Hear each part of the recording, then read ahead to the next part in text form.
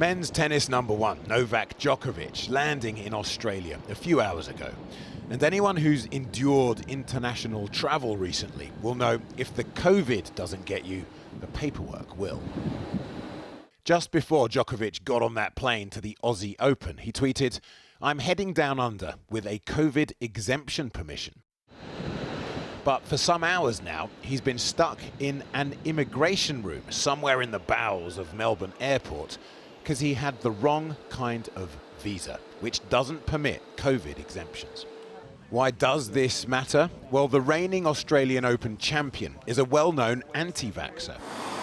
And despite Australia having some of the most draconian COVID restrictions in the world, it's suffering the biggest hike in cases since the pandemic began.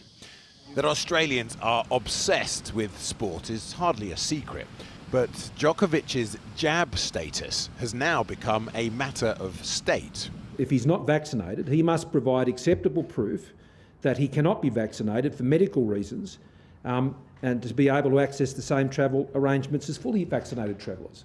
So we await his presentation and what evidence he provides to support that.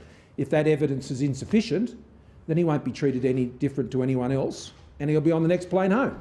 There's no suggestion Djokovic has broken any rules. He was one of 26 players who applied for a vaccination exemption via a blind panel of medical experts. It's thought he may have been eligible because he's had COVID within the last 6 months. But that, of course, is private medical data, which he hasn't revealed. I think if it was me that wasn't vaccinated, I wouldn't be getting an exemption. And that's, but well done to him for getting cleared to come to Australia and compete. Well, would you say it sounds like you don't think it's very fair then? Well, it's whatever you want to say. That's the situation. Yeah, I mean, at the end of the day, you kind of have to trust that he does have a valid reason for the medical exemption. That's all you can say about it, really, isn't it? It has not, for many, gone down well. We have someone that's come from overseas and all of a sudden he's been exempt and can play, and I think it's an absolute disgrace and I won't be watching it. I guess he might even get booed when he gets up onto the court. From the tennis courts to that of public opinion, anti-vaxxers versus governments and public health officials the world over.